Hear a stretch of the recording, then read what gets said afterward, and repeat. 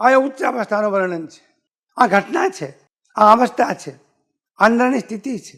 એક બાજુમાં ચૈતન્યનો આવિર્ભાવ અને નિમિત્તના પક્ષે કર્મોનો ક્ષયોપશમ અથવા ક્ષય અથવા ઉપશમ, આ બંને ધારાઓ સાથે ચાલે છે.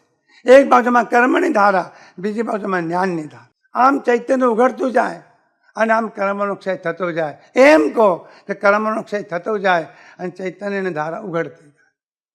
સાથે ઘટના ઘટે છે. અને જેનામાં ઘટે એને ખબર. એ જ્યારે અનુભવ કરે છે ત્યારે મૌન, અનુભવ કર્યા પછી જ્યારે આપણી પાસે આવે છે અને આપણને જ્યારે કહે છે ત્યારે સ્મૃતિ બોલાવીને કહે. આમાં એક સાધકનું વર્ણન આ પદમાં છે.